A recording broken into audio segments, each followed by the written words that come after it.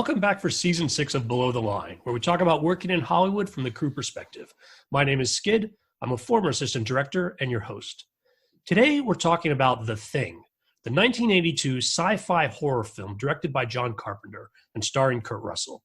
High-level plot summary: a research team in Antarctica is hunted by a shape-shifting alien. At Rotten Tomatoes, the tomato meter score is 84%, and the critics' consensus reads, "Grimmer and more terrifying than the 1950s take, John Carpenter's The Thing is a tense sci-fi thriller, rife with compelling tension and some remarkable makeup effects.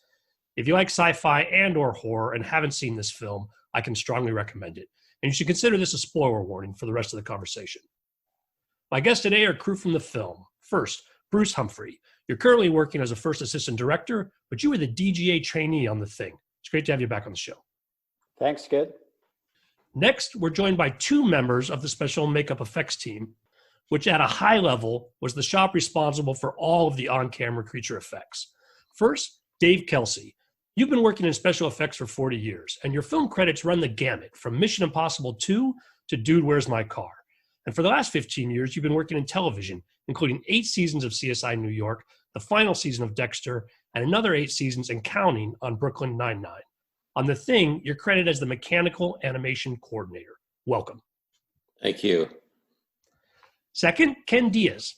You're a multi-award winning makeup artist whose credits include, to name a few, 2 Academy Award nominations, 3 Emmy Awards, and a Saturn Award from the Academy of Science Fiction, Fantasy, and Horror Films. On The Thing, you're credited as the special makeup effects coordinator. Thanks for joining us.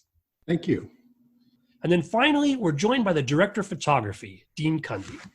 Dean, you've collaborated with Robert Zemeckis 6 times, including all 3 Back to the Future films and Who Framed Roger Rabbit, twice with Steven Spielberg, Hook and Jurassic Park, and central to our conversation today, you shot 5 of John Carpenter's films. Welcome to Below the Line. Well, thank you very much. It's a pleasure to be here. Well, and it's a pleasure for me to have all of you here today. Let's start our conversation by discussing how each of you got involved with the film. Bruce, as the DGA trainee, coming in with a fresh set of eyes, why don't you kick us off? I was probably, of this group, one of the last to join the project, because as a trainee, I would have only had a day or 2 of prep, and then we would have gone into principal photography. So I joined just prior to the start of shooting on stage at Universal. The compound that is featured in the film was built on a stage there. We had some other stage sets as well, and needed to be able to shoot some of the things in sequence, because if you see the film, you realize that by the end of the film, most of the compound has been destroyed. So we had to shoot all of the portions of the film where the compound was intact first. There's also a point during the film where the power goes out, and because we're in Antarctica, it would get cold, and we wanted to be able to see the actor's breath in a realistic ways. So we actually had refrigerated the stages for a portion of the shoot. So I came on just prior to filming, just long enough to learn all the actors' names and set things up for the first day of shooting. Well, taking a step back from that chaos that you were stepping into, Bruce, let's turn to Dean. Dean, you have a long collaborative history with John Carpenter. Tell us about how you became involved with The Thing. I had done quite a number of low-budget action movies, and on about 3 or 4 of them, the script supervisor was Deborah Hill, who one day called me up and said, "So I've written this movie with this young guy who's done a couple movies, and I think that you would be a great team collaborator." And I said, "Oh, okay." In my mind, I said, never heard of him. So John and I met about Halloween, and it was kind of an interesting and foreshadowing meeting, because he said, "Well, let's run, here's one of my favorite movies." And he ran The Thing, the original one, before either of us knew that would actually show up somehow in our futures. So I worked on Halloween and The Fog and so forth. And then one day he came to me and said, "My favorite movie, The Thing, they want to do a remake of it. Would you like to work on it?" And I said, "Well, naturally." So that was sort of how it all began. Dean, a question for you. Another of John Carpenter's key collaborators on this film was Rob Bottin, who's the special makeup effects creator and who had recently completed work on The Howling, another classic of this genre. Is it true, Dean, that you introduced him to John Carpenter?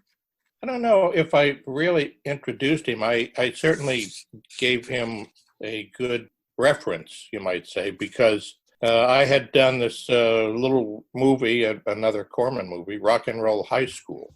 And they had a visual gag they wanted to do. During the concert that the Ramones are giving, they wanted the giant white rat.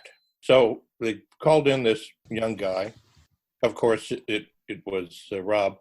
And he almost overnight made this most amazing white rat costume. And I said, wow, this guy is really good because he made it look like something rather than just a costume that you'd get out of a Halloween shop. So I remember when his name came up for The Thing, I said, oh yeah, he's definitely somebody who is dedicated to the process, and I think he would probably be very good. Little did I realize at the time what the creatures were going to be. They weren't going to be fuzzy and white rats. That was yet to come. Well, with that, let's go a little bit further back in time with Rob Bottin coming on the project. Can you share with me that you had met Rob even before that? Yes. Hi. I was first heard about Rob through a childhood friend of his, Vince Prentice. Now, I was working with Vince back in 1976 on a movie called Roar, with a number of lions, tigers, and cougars. And it's since been dubbed the most dangerous movie ever made. Now, when Vince came out to help me, he was talking to me about a childhood friend of his, Rob Bottin, and they both grew up in El Monte. And at the time, I was living in El Monte, California. And Vince had told me about the stories of him and Rob and their childhood escapades. And they used to do a lot of stunt work, goofing around, making little movies and stuff like that. And he told me Rob had been apprenticing with Rick Baker and working on movies like King Kong, The Incredible Melting Man, and had done some of the aliens in the cantina scene in Star Wars. But I first actually met Rob personally in 1977 when Vince and I had visited him on the set of Piranha. Rob was in a pool in a dive suit. Pool was over by the LA Coliseum. He was doing some underwater shots of some rubber mechanical piranha puppets he had created. The following year, in 1978, I had come across an old creepy looking house in El Monte, and they're about ready to tear it down. It was built in the 1880s. And I thought this would make a great haunted house. So I put some funds together and I approached Rob to see if he'd be interested in participating. And Rob agreed and came on board. And he also recruited Chris Wayless and Robert Short.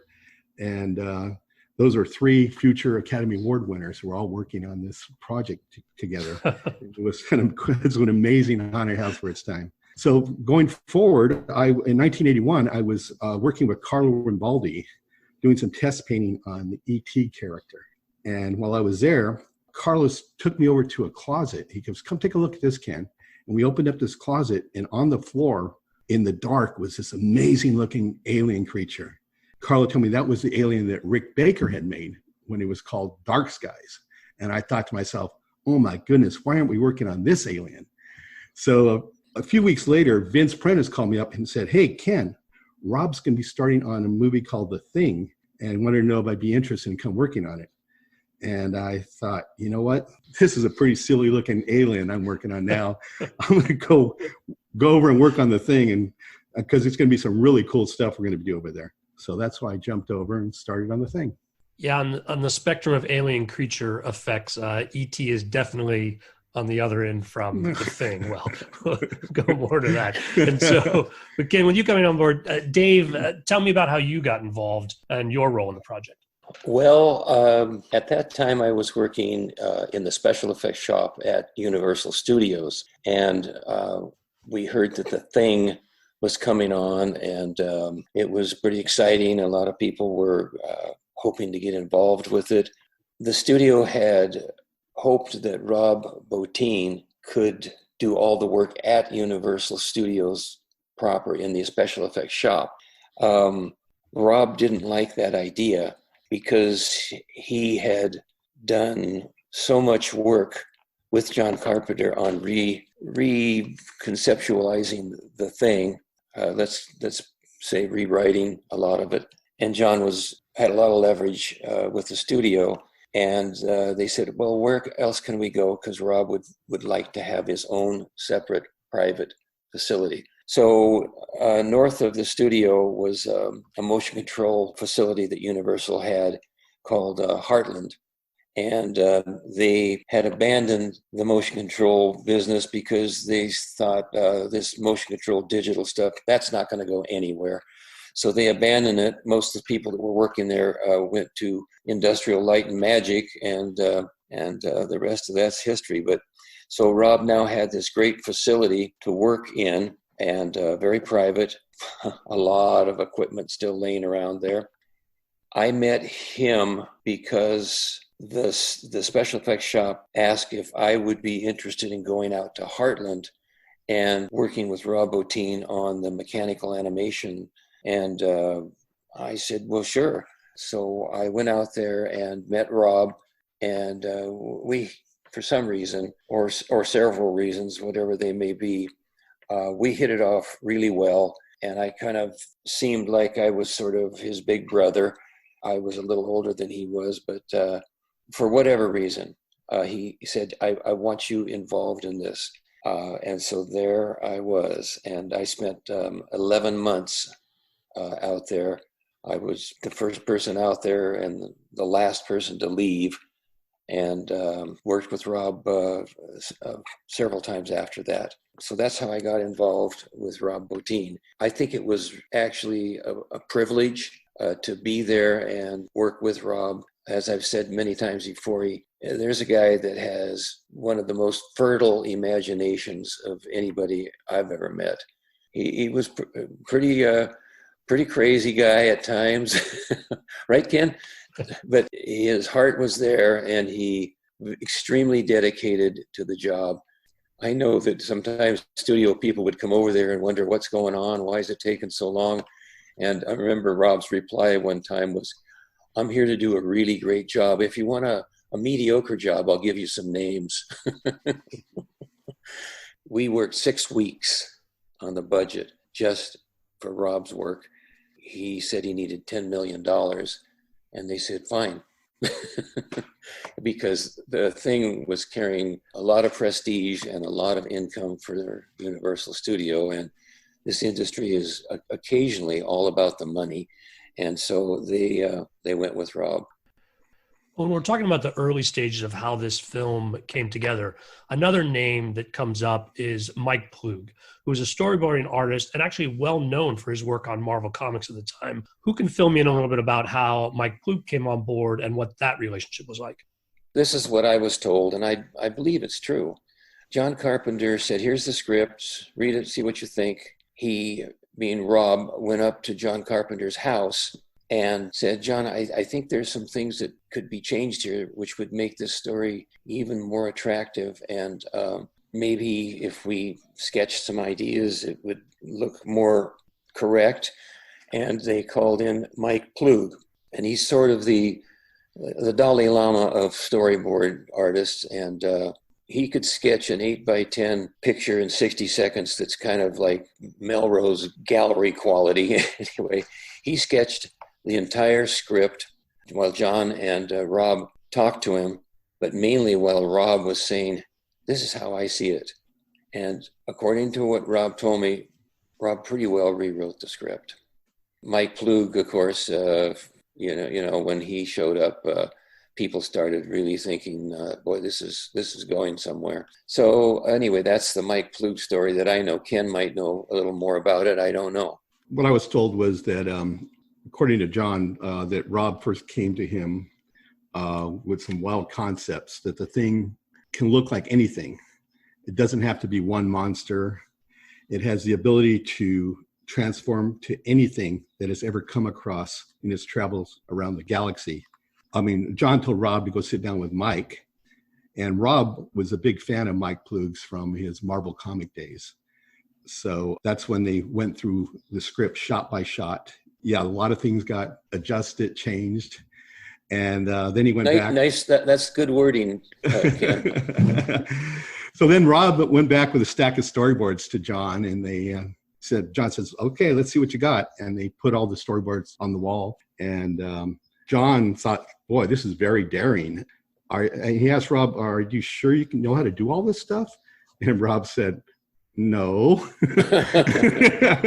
But according to Mike, they initially, in the first pass, they didn't allow the question about how we're going to do this to stifle the creativity.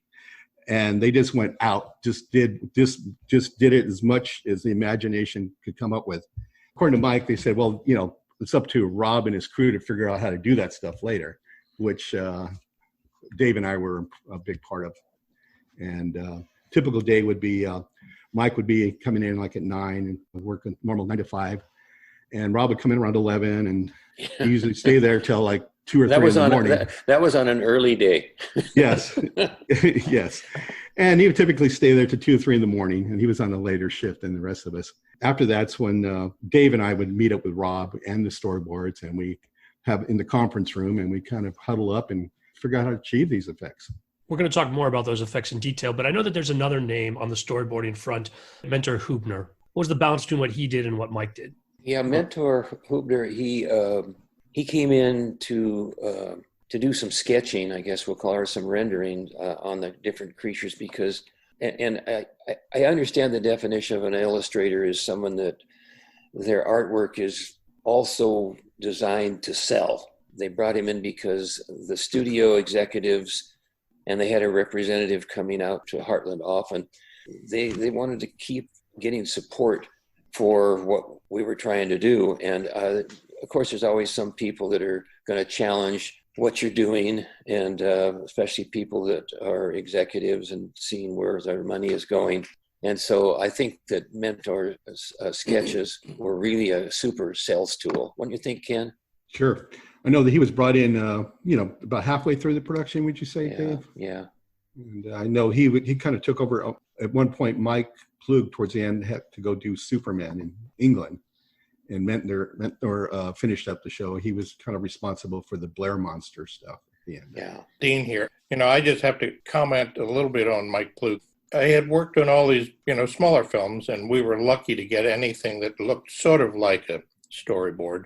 And sometimes the director would try to draw them, but they were stick figures, You'd say, oh, well, yeah, we're going to shoot this sequence that looks like it's from second grade or whatever. Mike's storyboards started showing up. I looked at him and said, oh, my God, how dramatic, how visual, just pretty amazing. And I still have a pretty good set of them. Don't know if it was foresight or I just had forgotten to clean it out. But I was going through stuff the other day, and I looked at all of these storyboards, and they are absolutely amazing works of art. I keep thinking maybe I ought to put them online and sell them. But what was interesting is that I teach film classes now and then, and storyboarding is something I talk about.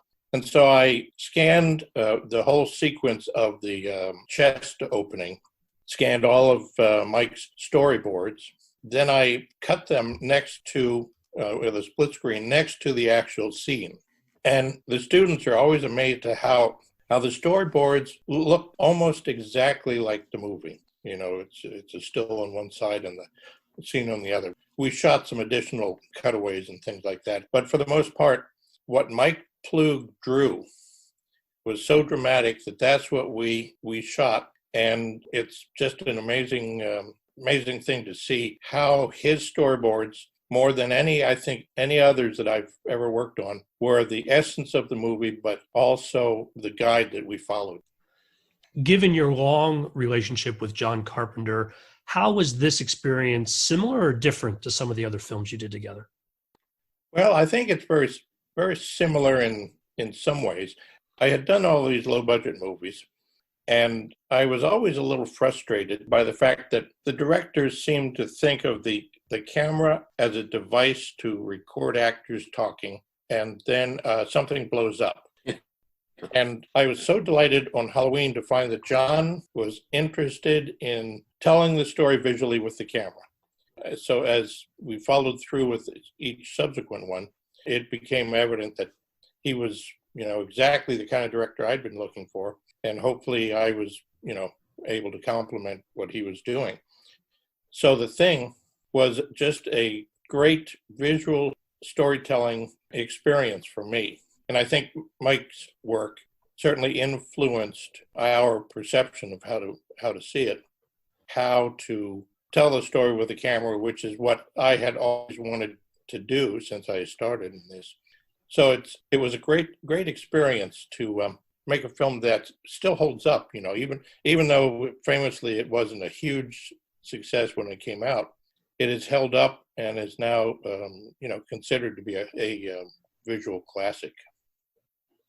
We could probably spend several hours talking about all the preparation and pre-production in pulling this film together. But let's go ahead and jump forward to principal photography. The first period of the film was shot up in Juneau, Alaska, started in mid-1981. Ken and Dave, you guys are hard at work back in Hollywood at the Universal Heartland studio. Where it's nice and warm.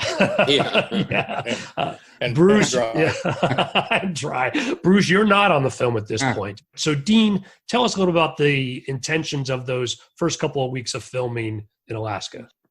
I was very delighted to hear that this film was not going to be shot in 3 or 4 weeks as quickly as possible. John's intention, and fortunately Universal's acquiescence, was to make a big-looking movie. We were in a position to do it for a budget. Now I have no idea what it would cost, but in those days, it was a delight to hear, okay, so first we're going to go up to Juneau, Alaska and do this big, expansive opening sequence. And then we're going to go down to Universal and we're building the set and we're going to refrigerate the stages so we get this authentic. In the meantime, they're building the set up in Stewart, British Columbia, and we're going to shoot all those extra. And suddenly the canvas became very large, and I was delighted to realize that. So the Juneau, Alaska stuff, we went up to Juneau. We flew by helicopter, a small crew. There were maybe, I don't know, a dozen of us, and cameras and so forth. And we flew a half hour out over the mountains, over the glacier, and landed at this little rustic research camp that was used by university students who were studying glacierology or whatever people get fascinated with by glaciers. We lived there in these little wooden huts sitting up on a cliff looking down at the glacier at all these mountains, and it was very primitive. The outhouses were literally that, outhouses. The kitchen was rustic but served great stuff. It was always daytime. It never became night, so when we went to sleep, it was always by the clock, not by, hey, it's dark. So it was an amazing experience because it set up for a lot of us what an Antarctic research camp must really be like. The isolation, the sense of all of this huge nature around you, and the fact that you were eating food that, you just couldn't go down the street. The opening sequence, which has the dog, which is, we will find out later, the creature, that was shot on these vast snowfields, and it gave such a big, dramatic opening to the film. Jed, by the way, was this amazing trained dog with concentration, and he and his trainer worked so well together, and he added so much really initial personality to the sequence. It was an amazing experience to be in this environment that was so much like an Antarctic research camp that I'm sure it inspired all of us, including John. I want to put my AD hat on for a second, and I want to ask, when you're shooting these snow sequences, whether it's the dog running across or when the helicopter's flying, how do you reset something like that? We're always aware of that, and I think we would set things up so that the dog would run past the camera. And then knowing we couldn't get rid of the footprints in the snow no matter what with brooms or anything, we would then move the camera forward a little bit so that we were now standing on top of the dog tracks and had a new fresh area of snow. So it was something that we always had to be be aware of. And it takes thought at first, because when you say, well, let's do another one, you say, well, wait, there's tracks. So over a period of time, I think we would begin to stage things knowing that we were going to have to get fresh, untrodden, snow. Well, the shoot up in Alaska captures not only the opening of the film, but also, Dean, to your point, sort of the sense of what these folks are going through. Then we come back to the Universal lot, where we're going to do the bulk of the filming. I think it's about 6 weeks, so I'm not sure on the specifics. Bruce, back to you. You talked about the refrigerated stages. Tell me more about getting to know the actors and just sort of how things were coming together on the Universal lot. It was my first experience with an all-male cast. And, at that time, most of the crew was male as well. So it was a much sort of less polite, less formal kind of environment in a way. I remember the common expression when it was time to call in the actors wasn't, bring in first team. It was more like wheel in the meat was commonly used on the set.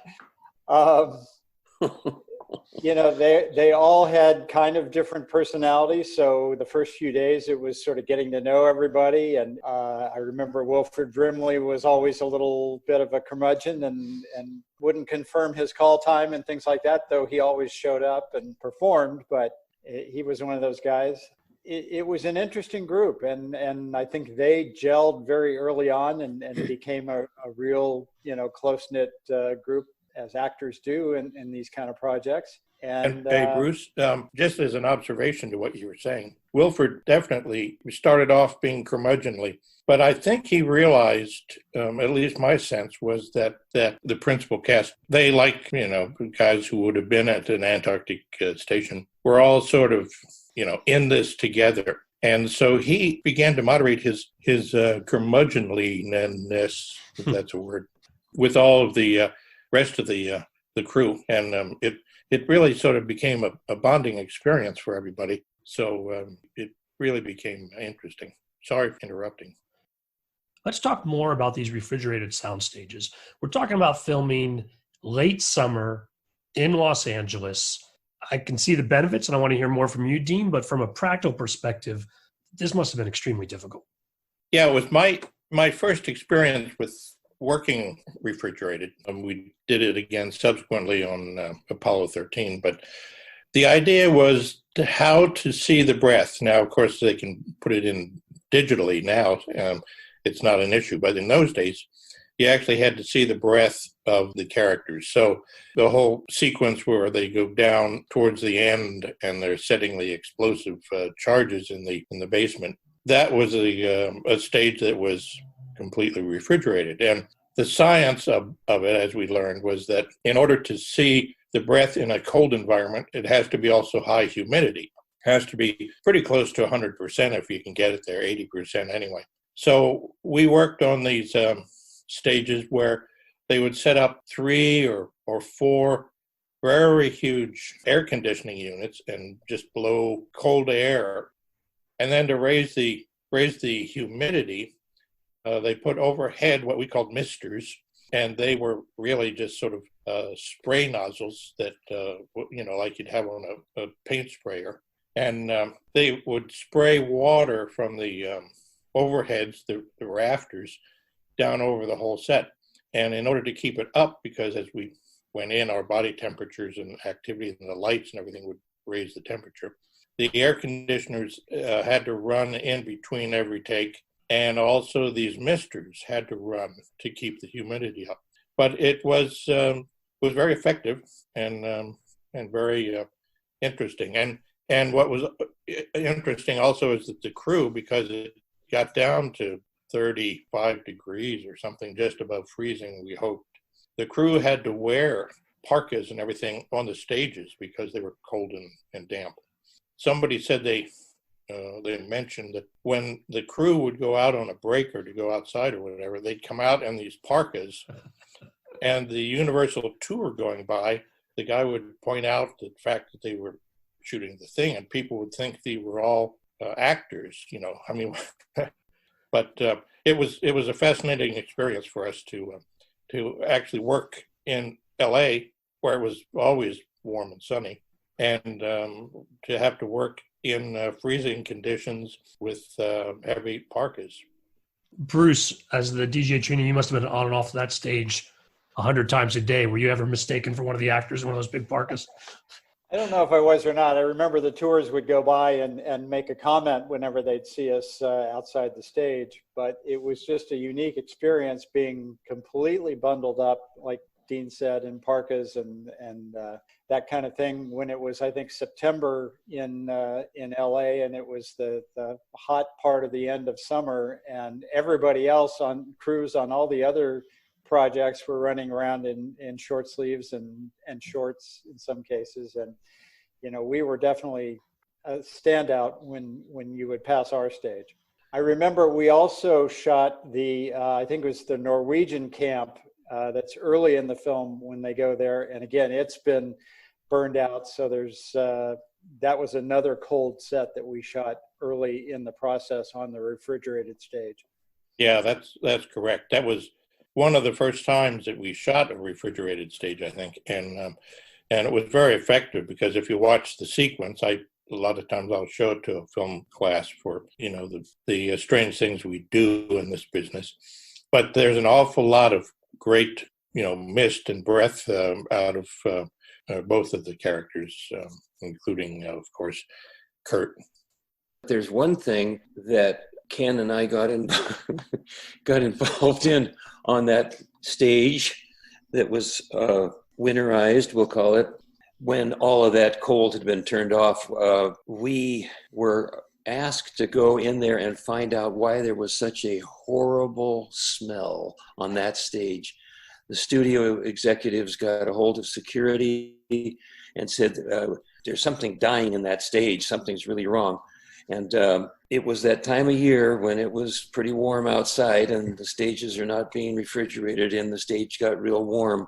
And for one of the sequences, we needed a large amount of entrails, intestines, stomachs, whatever. And those products were picked up at a slaughtering, rendering, meat packing house. And someone forgot to take them out the Friday night. And so Saturday and Sunday, they were basically baking.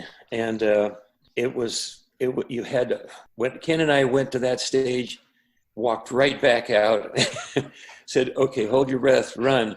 And we went in there. I have never in my life realized the stench that rotting flesh and entrails can take. And we were kind of the ones that were going to get blamed for that. So we opened all the stage doors, and I knew people at the studio there that could help out. And we got the air conditioning turned on over the weekend. So that when Monday morning showed up, Bruce and all of his people would be happy with us, and it worked. Maybe that's a good transition into talking about some of the specific sequences you did shoot at the Universal lot involving the special makeup effects. Ken, why don't you name one of them that comes to mind, and then Dean from a camera perspective, and then Bruce from a coordination perspective. Let's break it down.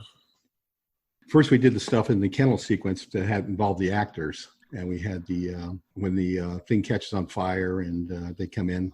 So we had to prepare a lot of these dog puppets. The first one that was created was the Jed taxidermist dog. And that was attached to a paint shaker. And the first time we see Jed shaking, trembling, is that scene where it's attached to the paint shaker. Later, we had gotten these dog hides from a rendering plant in the city of Vernon. It's where the LA County would dispose of their euthanized animals or roadkill. And there was a huge pit that these dump trucks would come in the morning and dump these dead animals. And there was a very large corkscrew at the bottom of this funnel that would chew these up, and they would make animal protein byproducts. What we would do is we'd buy cases of beer for the workers, and we'd have one of our PAs wait to see if a Malamute flopped out of one of these dump trucks, and they would stop the machine and they would go up and fish one out and pull the hide, and oh, that one's too ripe, throw that one back in. Every day they would come up with an assortment of dogs. They'd come and bring them back to Heartland, and oh my goodness, this is a Siberian Husky. It's not a no. That one goes back tomorrow. This one's too ripe. That one goes back. So once we had one that was, that we could use, we're going to take it back to the taxidermist that did the Jed dog. And he says, hey guys, I'm right in the middle of hunting season. I can't accommodate. So I had to recruit the services of my dad and my grandfather and later my uncle to skin out these dogs. And my dad said, it's a lot different than skinning a game animal. They're very greasy and fatty. But anyway, once we had the hide, we take it back. The taxidermist would tan it up, and then using a wolf taxidermist form, we'd chop off the legs, shorten the torso, and I would sculpt an expression that with the hide on, and then pull the hide off.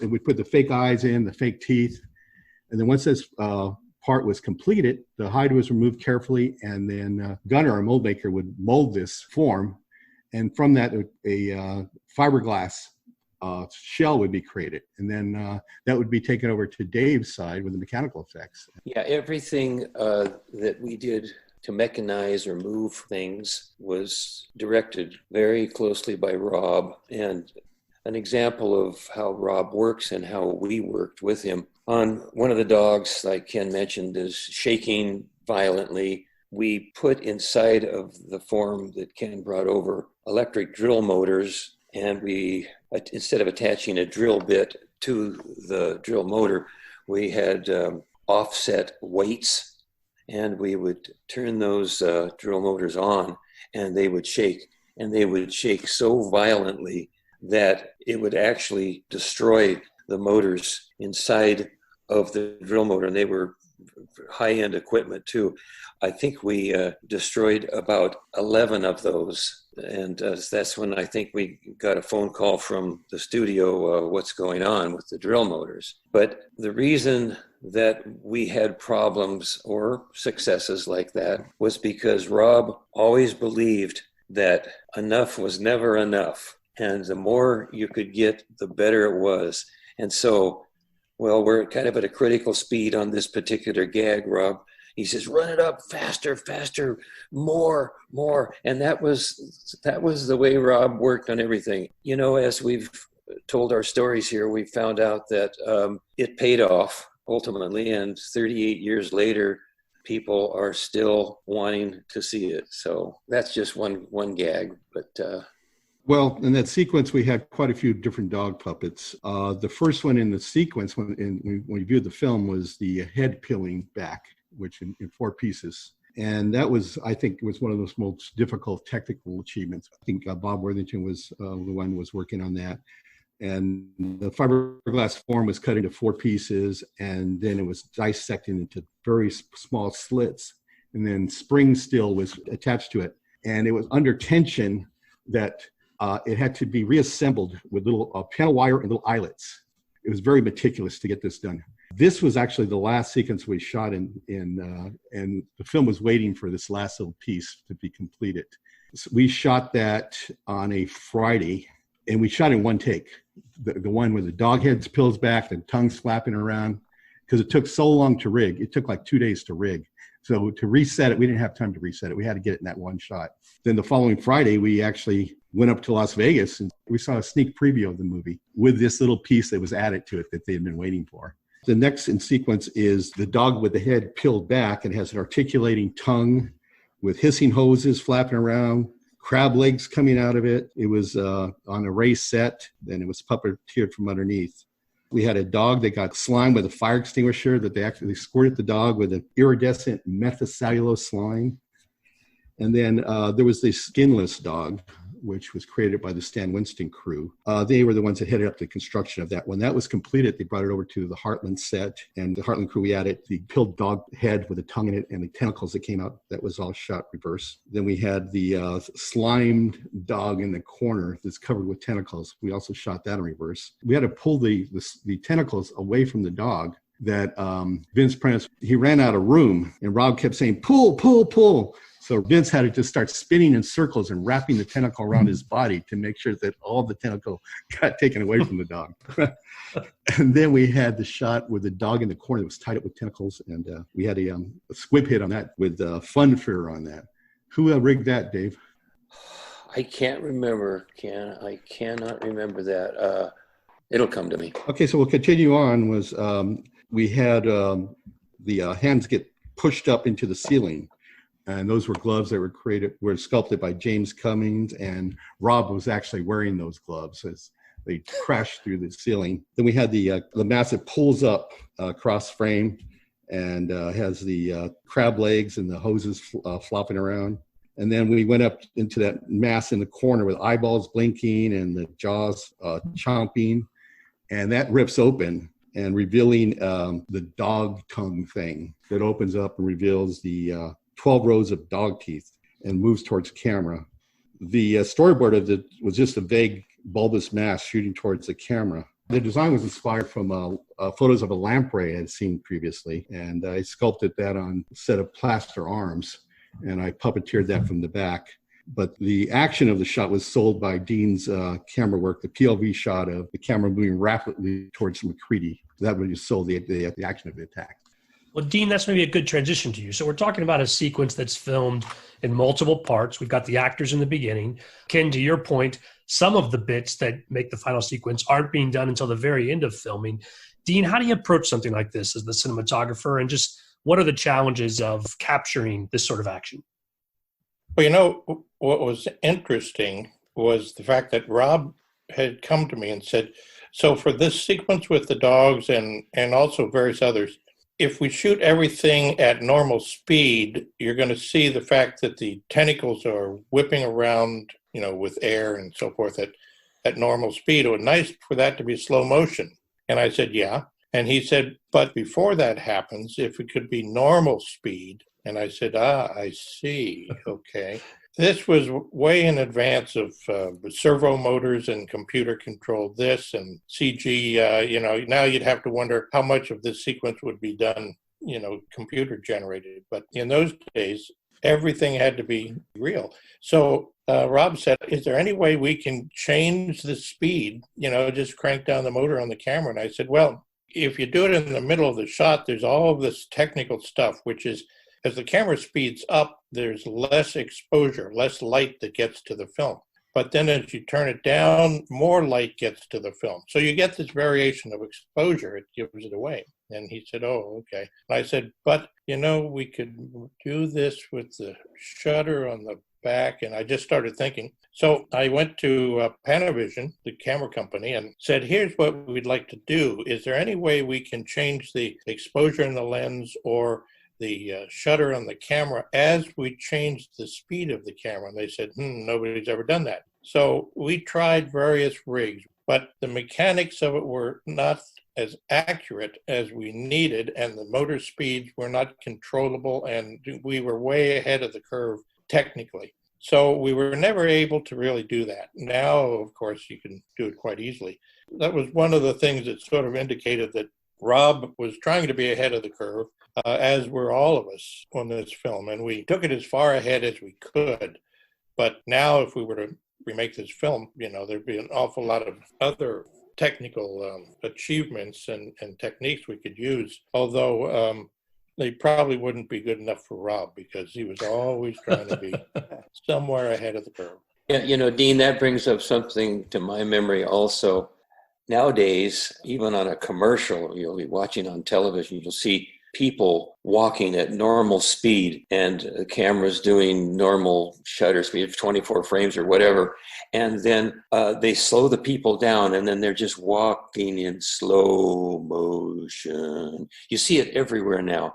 And the light stays perfectly the same. There's no smearing on the movements. It's just beautiful. And every time I see that on a feature or on television like that, I instantly think of what you just said. And Rob always wanted to have that perfected. So even here, all these years later, I see, yeah, they've done that. It's done. One of the things I think is so much fun about working on a film like The Thing, but also any, science fiction or fantasy or something, we're always trying to be ahead of the curve and give the audience something new, something that hasn't been done. So it's fun for that reason, because it challenges your creativity. And this film was one of the great challengers for me at the time. And it was John and Rob that were certainly instigators of it. It's a good reminder that this was before all the visual effects were really available to us. And I think there's something amazing, and I think one of the reasons the film holds up so well in the practical effects and the puppeteering and so forth that went into creating these creature effects. There's something about a real object that's in the same environment as the actors being filmed with them at the same time that I don't think you quite get oftentimes from a visual effect created situation. I think that's one of the beauties of Rob's work and the way it was photographed on this film. My feeling is that the audience really can sort of sense when they're looking at real and when they're looking at CG stuff. And also very often the CG guys, because they can, they do. You know, so they're working away on something. Very often you have to wonder, are they working in their mother's basement? But anyway, you know, they'll say, oh, this is exactly right. But, you know what else would be cool? Why don't I also do this? And the other guy says, yeah, and you can also do this. And as a result, the CG stuff now starts to violate what we, as a viewer, as an audience, recognize as the rules of nature, the rules of physics, you know, all of the stuff that we sort of understand, you know, just subliminally. The Thing really is effective because you can sense the reality. Everything looks like it really happened because, of course, it did. A testament to you guys and the great work you did to accomplish that. Well, I always have told people when they ask me about The Thing that it looks so real, believable. And I always say a major part of the success of the makeup effects can be directly attributed to Dean Cundey's work. And I always felt that you were a makeup fan when I first met you. You had talked about it and you were so involved in making this look believable that it's not going to look like rubber. I have yet to work with another DP that was so involved and took it seriously that, guys, this is not real. This is a piece of rubber. We can do our best to make it look real. We can do the best paint job. We can do the best mechanisms. We could try to make it look as realistic as possible. Without working together closely with the DP, it's going to look like rubber, no matter what you do. So I really thank you, Dean, for that. Well, thank you for your kind words. Ironically, when I was at film school, I had been interested in makeup, and I did make up some effects and stuff on some student films, Scars and so forth.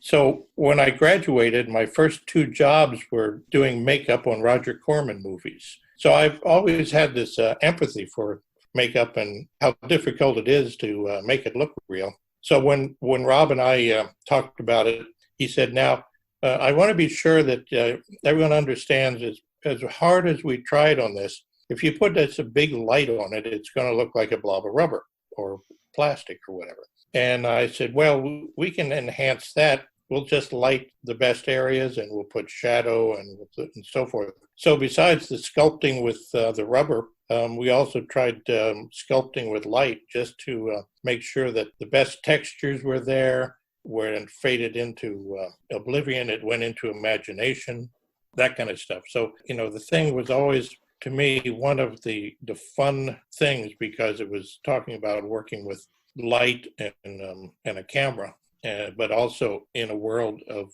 real sculpted rubber and plastic. Since Ken had brought up the kennel sequence, I just wanted to say that was one of the sequences I remember we shot in the actual set, and the various dog transforming effects that they created were so involved and required so many puppeteers and people to operate that I, as a DGA trainee, was kind of an extra hand available to do something. And I remember shooting a goo gun that was sending, goo out of one of these morphing dogs just because they needed an extra hand to do it. And it was great fun for me, but it was also great being a part of that experience. Well, Bruce, you did a really good job. We talked about these refrigerated stages, and we talked about sculpting with light and all these things, hands-on practical things. And years ago, when I was at Universal Studios, the head of the art department was Henry Bumstead, and he told me one time that in the early days before color photography, color film, all of the stages were painted correctly to your eye. All of the costumes were beautifully matched color, and the palettes that they used were all correct for our vision practically. But it was black and white. It was all black and white film. So what's the problem? It was the actors. Get the actors into their part, into their role. Same thing. You walk on a stage that's 35 degrees and there's icicles forming on the stage walls and your breath and you're cold. You're in it. You're in Alaska. And it does something for the actors. They become part of it. And so that's the big payoff on the practical end of things, I think. I think the same can be said to your point about the creature effects, that actually seeing some of these effects helps inform the actor reaction as well, versus a lot of the visual stuff that they're doing now. Yeah, I know that often when we know it's going to be a CG creature or person or effect or whatever, it's like you have to give a yellow tennis ball to the actor and say, okay, this is the most terrifying thing you've ever seen, and action. Suddenly, if he hasn't seen or she hasn't seen the paintings and the renderings and drawings and models and stuff, they have no idea what they're looking at other than a yellow tennis ball. So that's another thing as you bring up, for the stuff to be right in front of the actors really gives them something to work off of. Well, we've got more stories to tell about the collaborations that help bring this film together, but we're going to save that for another episode. Listeners, I hope you've enjoyed this episode and the launch of Season 6. Subscribe now so you don't miss the second part of our look behind the scenes of John Carpenter's The Thing. Your feedback is most welcome and greatly appreciated. You can send email comments to skid, S-K-I-D, belowtheline1word.biz, that's B-I-Z. Please rate us wherever you get your podcast. It really helps us reach new listeners. And if you yourself are a new listener and enjoyed this episode, you should peruse our past seasons and see what shows or themes might interest you as well.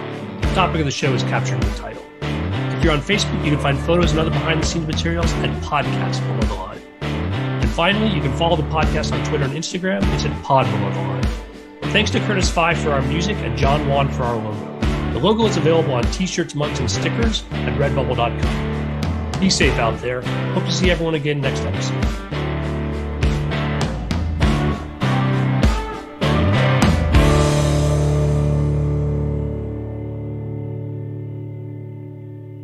Listeners, we've got a bonus for you this week.